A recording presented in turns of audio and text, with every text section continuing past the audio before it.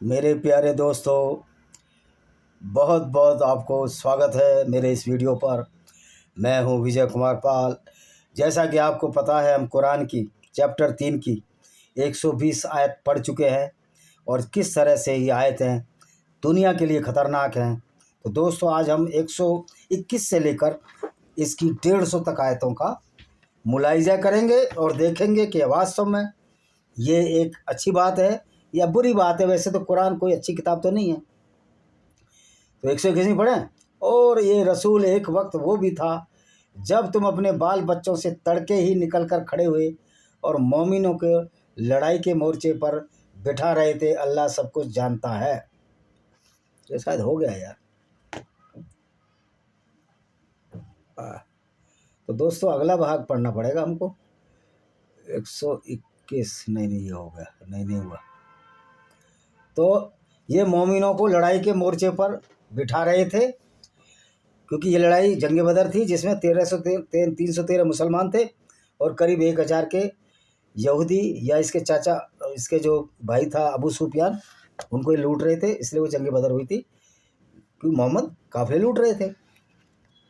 अल्लाह सब कुछ जानता है, अल्लाह सब कुछ जानता है। लेकिन अल्लाह जब नहीं जानता था, जब काबा पर अटैक हुए, अल्लाह ने बताया नहीं किसी को। और अल्लाह कब काबे को बचा रहा है? जब इस्लाम शुरू ही नहीं हुआ था, जब मोहम्मद पैदा हुआ था उस साल बचा रहा है। हाथियों का अटैक हुआ था और अबाबिल जो पक्षी, उसने छोटे छोटे पत्थर हाथियों के गर्म डाले थे, जो हाथी का आर पार हो गया, सही हाथी मर गए। क्या मूर्खतापूर्ण बात है यार। इसलिए मैं कहता हूँ, हर मुसलमान जो कुरान पर विश्वास करता है उससे बड़ा कोई मूर्ख नहीं है। ये उस वक्त का वाक़या है जब तुम में से दो गिरोह ने ठान लिया कि पसपाई कर, और फिर समझ गए कि अल्लाह तो उनका सरपरस्त था। और कुछ तीर वाले पीछे हट गए थे, लेकिन बाद में वो समझ गए। ये उस जिक्र है उसका। यकीन है अल्लाह ने जंग बदर में तुम्हारी मदद की, बावजूद तुम दुश्मन के मुकाबले कम थे, यानी कम थे। तो मोहम्मद ने चूतिया बना दिया कि 3000 फरिश्ते भेजूंगा मैं, बस तुम अल्लाह से डरते रहो, उनके शुक्रगार बनो। ये रसूल उस वक्त मोमिन से कह रहे थे, क्या तुम्हारे लिए काफ़ी नहीं है? तुम्हारा परवरदिगार 3000 फरिश्ते आसमान में भेजकर तुम्हारी मदद करे। तो 3000 फरिश्ते भेजे, मोहम्मद ने लोगों को बेवकूफ़ बना दिया। अब बताओ, वहाँ मोहम्मद का दांत टूट गया उहद की लड़ाई में, अल्लाह एक फरिश्ता नहीं भेज पाया। अब्दुल ताहिर जन्नाती हसर अस्वाद, जो काला पत्थर है जिसको ये मुसलमान चूमते हैं, उसको उठाकर ले गया। 20-22 साल टट्टी और पेशाब करता रहा, और उसको बड़ी हाथ पैर जोड़ के कुछ पैसा दे के लाए, और उसको ये चूमते। अल्लाह जब रक्षा नहीं कर पाया, अल्लाह जब भी रक्षा नहीं कर पाया। अभी की बात है 1979 की, जब घुस गया एक कि हम मेहदी हैं, अब इस्लाम के हम मेहदी आ गए। जो इनकी कहानियाँ हैं, झूठी कहानियाँ। फ्रांस के कमांडो बुलाने पड़े अल्लाह की रक्षा करने के लिए, अल्लाह के मस्जिद की रक्षा करने के लिए। मैं गारंटी से कहता हूँ कि मुसलमानों को यह है कि काबा पर हवाई जहाज़ नहीं उड़ सकता। वो हवाई जहाज़ का रूट नहीं, इसलिए नहीं उड़ सकता। बाकी कोई भी वर्शिप प्लेस हो, एक परमाणु बम मिल जाएगा, कोई रक्षा नहीं कर सकता, कोई भी गॉड किसी की नहीं। ये सब मूर्खतापूर्ण बातें छोड़ो, इंसानियत बनो। ना कोई गजवा हिंदू ना है। वैसे भी इस्लाम तो ख़त्म हो जाएगा, अगर तीर्था विश्व हुआ तो इस्लाम ही ख़त्म होना है। क्योंकि इस्लाम को तो कोई नहीं ख़त्म कर सकता। अल्लाह है, अल्लाह तो मोहम्मद के साथ था, पर अल्लाह का दांत टूट गया और मोहम्मद का दांत तोड़ दिया। मोहम्मद की लड़की को कैसे मारा गया? जिंदा जला दिया, दरवाज़ों के बीच में, बागे फदक मिलानी, लूट का माल, जैसी करनी वैसी भरनी। ये तुम भी भुगत रहे हो मुसलमानों पर। तुम समझ नहीं रहे हो कि तुम्हारे अंदर पर तो टीन के चश्मे लगाए हुए हैं। जब असुद्दीन अवैसी जैसा जो बैरिस्टर है, वो झूठे अल्लाह में विश्वास रखता है, मोहम्मद को अच्छा बताता है, तो मूर्खता की कोई सीमा नहीं होती किसी भी मुसलमान की। बल्कि अगर तुम साबित कदम रहो, रसूल की मुखालफत, मतलब उसका विरोध मत करो। चाहे वो लूटता रहे काफिले, चाहे औरतों को बेचता रहे, उसका विरोध मत करो भाई। तो मुसलमान तो विरोध करते ही नहीं है। इसलिए मुसलमान लूट, बलात्कार, कत्ल को बुरा ही नहीं मानते, क्योंकि इस्लाम में सारे अपराधों की छूट मिली हुई है आपको। मंदिर तोड़ने की, गिरजे तोड़ने की, जितने भी गैर मुस्लिमों के धर्म स्थल में तोड़ने की। हरमंदिर साहब को भी 2 बार तोड़ा गया। और जो खालिस्तानी है, मैं तो उनको सिक्के नहीं मानता। वो तो अपने गुरुओं का निरादर कर रहे हैं, उनकी गोद में जा बैठे हैं। जो गुरुओं के बच्चों के हत्यारे हैं, कातिल हैं। हिंदुओं को गाली देने वाले हो। अगर टोडरमल अगर हिंदू ना होते तो सिख भी ना होते, तुम्हारी औकात ही नहीं थी। फिर हिंदुओं के वीर्य से उत्पन्न होने वाले सिख लोग आज हिंदुओं को गाली देते हैं। बुरा लगेगा आपको, लेकिन सच्चाई है। और मेरे सिख भाई हो, आप बुरा नहीं मानना, जो सच्चे सिख हो, हम और तुम एक ही हैं। अब क्या कहता परवगर, ऐसे 5,000 फरिश्तों से तुम्हारी मदद करेगा। अगली बार 5,000 फरिश्ते होंगे। ये अलग बात है कि भारत के सिर्फ 5,000 आदमी बांग्लादेश में थे, जब 93,000 अल्लाह की फौज के बंदों के लंगोट ढीले हो गए, टट्टी पेशाब छूट गए।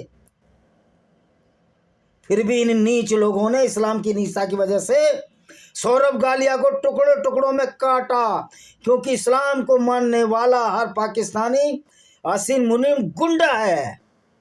ये गुंडे हैं जो इस्लाम को मानते हैं, इसलिए गुंडागर्दी इनको बुरी नहीं लगती। झूठे अल्लाह के नाम पर जो ये गुंडागर्दी फैला रहे हैं, तो मैं अमेरिका को भी कहना चाहता हूँ, असीर मुनीब की औकात नहीं कि तुम उसको मदद दो। ये तुम डोनाल्ड ट्रंप, तुम क्रिश्चियन हो, तुम ज़्यादा हथियार इस्लामिक कंट्रियों को देखो, ये तुमको ही मार देंगे, क्योंकि इस्लाम ये कहता है कि पूरी दुनिया में इस्लाम फैलाना है। उस झूठे अल्लाह की औकात को हम बताने के लिए इस कुरान को पढ़ते हैं कि किस तरह का क्रूर, अत्याचारी और बलात्कारी गिरोह को पैदा करने वाला एक कुरान का अल्लाह है। और ताकि इससे तुम्हारे दिल को संतोष हो जाए, ये तो जाहिर है, मदद जब होती है तो अल्लाह की तरफ से, जो सब पर गालिब हिकमत वाला है। मदद अल्लाह टाइम टाइम पे करता है। जहाँ मुसलमान जीत गए, अल्लाह की मदद हो गई। जहाँ मुसलमान हार गए, वो अल्लाह जो परीक्षा ले रहा है, तो अब तुम्हारी परीक्षा ज़्यादा लेगा अल्लाह। मदद कुछ नहीं करेगा, उस खाली परीक्षा ही लेगा, क्योंकि जिस तरह की बेवकूफ़ी मोहम्मद ने फैलाई इस्लाम के नाम पर, अब तुम्हारी परीक्षा का वक्त है। इसलिए इसी में खुश रहो। गाजा में अगर मार रहे हैं तो ये अल्लाह की इच्छा है ना भाई, अल्लाह मरवा रहा है गाजा में मुसलमानों को। और जो तुम्हारे पैगंबर साहब ये जो षड्यंत्र बुन गए ना कुरान के नाम पर, अल्लाह की रजा यही होगी कि सारे जितने मुसलमान आतंकवादी बनेंगे सबको मार दिया जाएगा। और करे भी क्या, एक दिन ऐसा भी आएगा, बम भी डाले जाएंगे तुम्हारी मस्जिदों के ऊपर, जो आतंकवाद का केंद्र बनेगी। और अभी तो बम डाला भावलपुर में हमने। तो काफिर हो, दुनिया के लिए एक हो जाओ। जो इस्लाम बचाने के लिए खड़े हैं, वो मानवता को नष्ट करने के लिए खड़े हैं। किसी भी गैर मुस्लिम से मुस्लिम का भाईचारा हो ही नहीं सकता। कुरान इसको बिल्कुल मना करता है। और यह मदद भी की इसलिए कि काफिरों के एक गिरोह को कम कर दें अथवा चौपट कर दें, अपना सा मुँह लेकर अपने घर वापस चले जाएं। देखो कितनी गलत बात है। मोहम्मद काफिले लूटे और मक्का वाले उसको लड़ने भी नहीं आए थे। वो बेचारे, वो तो अबू सुफियान के काफिले को देखने आए थे जंग बदर में।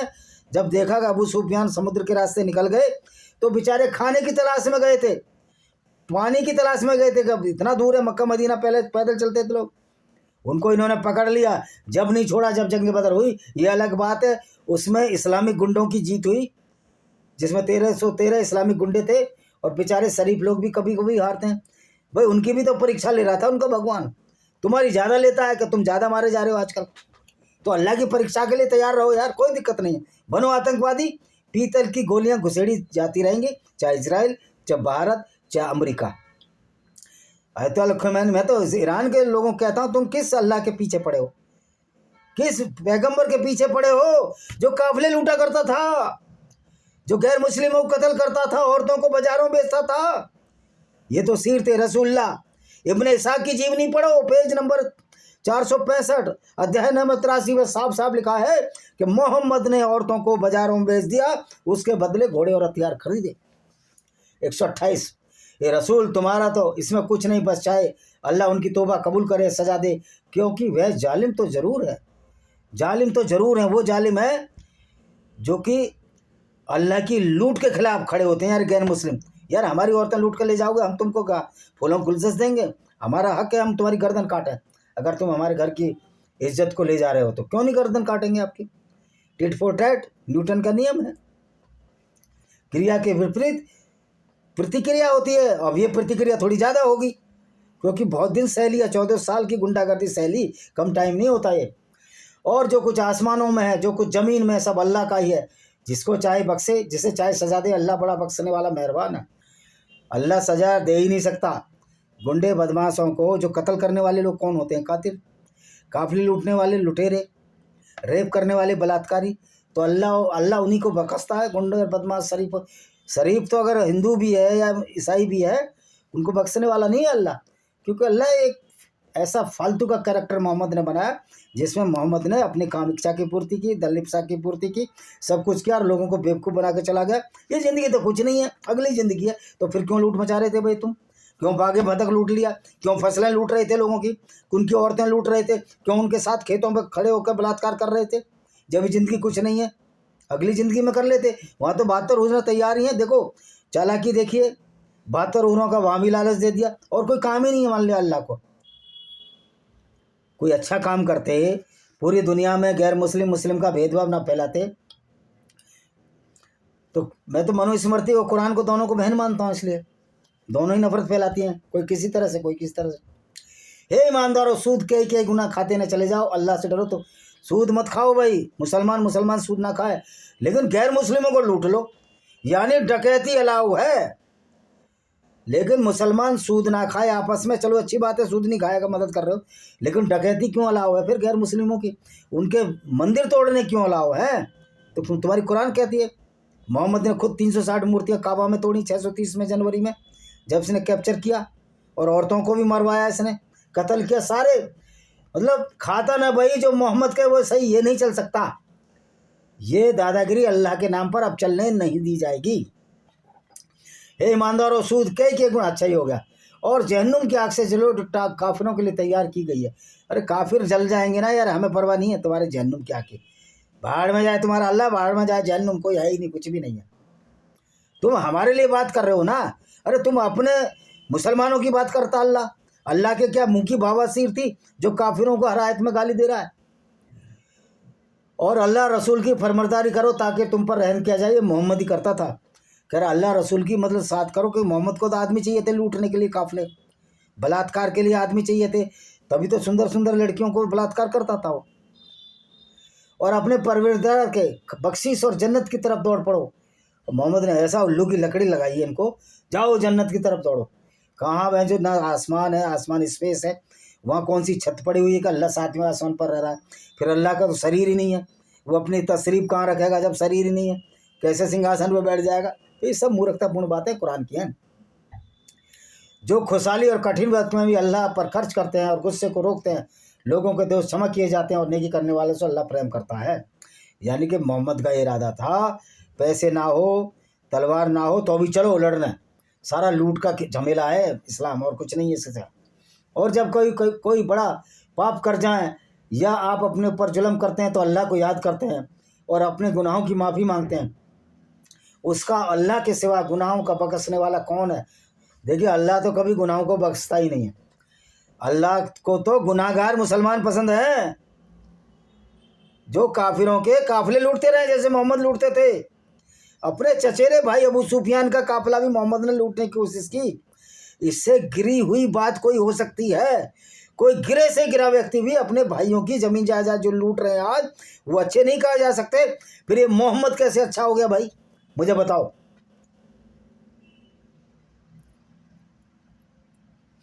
ऐसे लोगों का प्रतिफल आगे क्या है? अपने पर जुल्म। जब कोई बड़ा पाप कर दिया जाए, आप अपने पर जुल्म करते हैं तो अल्लाह को याद करते हैं। अपने गुनाहों की अल्लाह कभी गुनाह माफ़ नहीं करता है, झूठ बात है। अल्लाह को तो गुनाहगार पसंद है, अपराधी पसंद है, जो लोगों की गर्दनें काटते रहे और गाजी की उपाधि ले। तुमसे पहले बहुत से वाक़यात। अच्छा, अब एक मोहम्मद ने और एक लॉलीपॉप दे दिया मुसलमानों को, चॉकलेट। ऐसे ही लोगों का प्रतिफल उनके परवरदिगार की तरफ से क्षमा है, और वह बाग जिनके नीचे नहरें जा रही हैं उनमें हमेशा रहेंगे। ना कोई बाग है ना कोई नहरें हैं। अल्लाह को इतनी होती ना परवाह, तो मोहम्मद को कि सऊदी अरेबिया में एक नदी बना देता। पूरी ज़िंदगी पानी के लिए तड़पते रहे लोग, अब तक अभी भी पानी नहीं है इनके पास।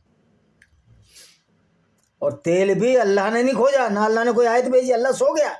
अल्लाह को नशा हो गया मोहम्मद के मरने के बाद, एक भी आयत नहीं भेज रहा हुआ।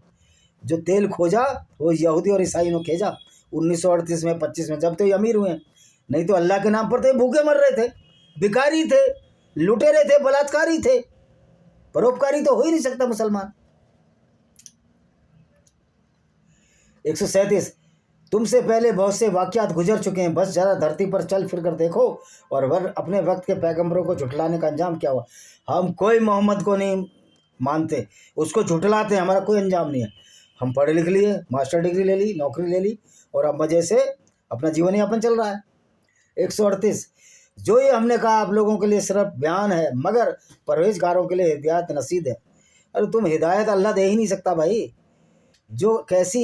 जो पहले ही मुसलमानों को गुमराह करके उनको अपराधी बना रहा है, वो क्या हिदायत नसीहत देगा। जो ऐसा पैगंबर भेज रहा है जो पूरी ज़िंदगी काफिले लूटता रहा, औरतों को बाजारों बेचता रहा, उसको ये अल्लाह क्या हिदायत देगा। फिर अल्लाह तो मोहम्मद नहीं बनाया था अपने फ़ायदे के लिए, अल्लाह तो कठपुतली था जिसको मोहम्मद ने अपने हिसाब से चलाया। और मुसलमानों काहिली न करो, इत्तेफाकी शिकस्त से कुड़ो नहीं, क्योंकि अगर तुम सच्चे मौसूम तुम ही सर्वोच्च रहोगे। ये सर्वोच्च रहेंगे, दूसरों कत्ल करने वाले ये तो जेल में जाएंगे भाई, बलात्कारी जेल में जाएंगे। वो अलग बात है कि बीजेपी के लोग बलात्कारियों को कुछ ज़्यादा ही सुविधा दे रहे हैं, ये भी मुसलमानों जैसे ही हो गए हैं। अंकिता भंडारी केस में पुष्कर जिंदामी मुसलमानों से भी गया बीता है, इस्लाम से भी ज़्यादा गया बीता। 140 अगर जंगे ओहद में तुमको जख्म लगा, वही बात, मोहम्मद का दांत तोड़ दिया पर अल्लाह नहीं आया, न कोई फरिश्ता भेजा। अल्लाह पता नहीं गांजा पी के सो गया था, अफीम पी के सो गया था। तुमको जख्म लगा तो उसी तरह बदर में तुम्हारे फरीक को भी जख्म लगा। यानी फरीक कौन? जो तुमसे लड़ रहा है। अरे भाई लड़ाई में तो दोनों को जख्म लिखा था, पर मोहम्मद के क्यों जख्म लगा? जब एक मुसलमान 10 गैर मुस्लिमों के बराबर, फिर मोहम्मद का दांत कैसे टूट गया? उसका चाचा कैसे मार दिया गया ऊद की लड़ाई में? और अबू सुफियान की पत्नी उसका कलेजा कैसे निकाल लिया? जैसा तुम करोगे वैसा तुम्हारे साथ होगा।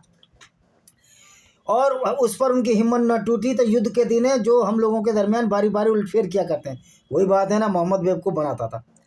क्या अगर तुम जीत गए तो अल्लाह ने फरिश्ते भेजे, अगर हार गए अल्लाह फरिश्ते भेजा नहीं, गांजा पीकर सो गया, तुम्हारी परीक्षा ले रहा है तो बेटा परीक्षा ही देते रहो। अगर ये टेररिज्म आतंकवाद फैलाओगे तो अब तुम्हारे लिए काफिर इंटरनेशनल आर्मी भी बहुत जल्दी बन रही है, और वो हर आतंकवादी उसको गली कूचे से निकाल कर मारेगी जो इस्लाम के नाम पर गुंडागर्दी करेगा, चाहे वो कोई भी हो, चाहे इंडिया में हो, चाहे भारत में, वर्ल्ड में कहीं भी हो। जब इस्लाम वाले कानून से नहीं डरते तो हमने क्या ठेका ले रखा कानून का? ताकि अल्लाह सच्चे ईमानदारों को मुसलमानों से अलग देख सके। तुम में से कुछ को दर्जा सादत फायज करे अल्लाह, मतलब तुम जब मर जाओ तो तुमको स्वर्ग मिल जाए। यानी किस तरह बेवकूफ़ मोहम्मद साहब ने बनाया लोगों को। सल्यूट करता हूँ ऐसे मोहम्मद को जो ऐसी विचारधारा दे गया कि आज 180 करोड़ मुसलमान परेशान हैं उस विचारधारा से। ब्रेन वॉश है, लोग मर रहे हैं, बम फट फट कर मर रहे हैं। बाकी कुछ ही सेना ही मारेगी जब तुम गुंडागर्दी करोगे, फूले गुस्से से तो मिलेंगे नहीं। चूतड़ लाल हो रहे हैं अल्लाह के पीछे। योगी की पुलिस ने लाल कर दिया पिछवाड़ा, अल्लाह बचाने ही नहीं आ रहा। अरे जब मोहम्मद को बचाने नहीं आया अल्लाह, तुमको क्या बचाने आएंगे? मोहम्मद को जहर दिया और उसी जहर से अल्लाह ने ये बताया नहीं कि इस भेड़ के मांस में जहर है, और मोहम्मद कैसे कुड़ कुड़ कर मरे आप सबको विदित है। इसके साथ हम इस वीडियो को विराम देते हैं। वंदे मातरम, जय हिंद।